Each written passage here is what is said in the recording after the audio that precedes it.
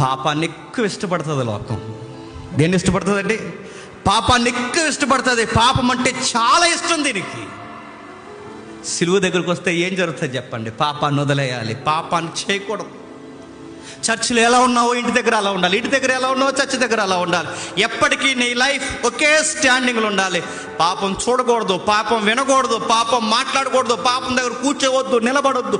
దివారాత్రులు ఈ ధర్మశాస్త్రం చదివని ఈ బైబిల్ నిన్ను గైడ్ చేస్తున్నప్పుడు నీకు పాపము బాగా ఇష్టం, నీకు రీల్స్ చూడడం ఇష్టం, చెత్త మాట్లాడుకోవడం ఇష్టం, కహానీలు చెత్త చెదారం సోదు మాట్లాడుకోవడం ఇష్టం, మెసేజ్ స్టార్టింగ్ ఇష్టం, నీకు ఈ చెత్తంతా ఇష్టం. అలా సెలబ్రిటీలా బయట తిరగడం ఇష్టం, రెస్టారెంట్లకు పోవడం ఇష్టం, రకరకాల ఇష్టాలన్నీ నీకున్నాయి.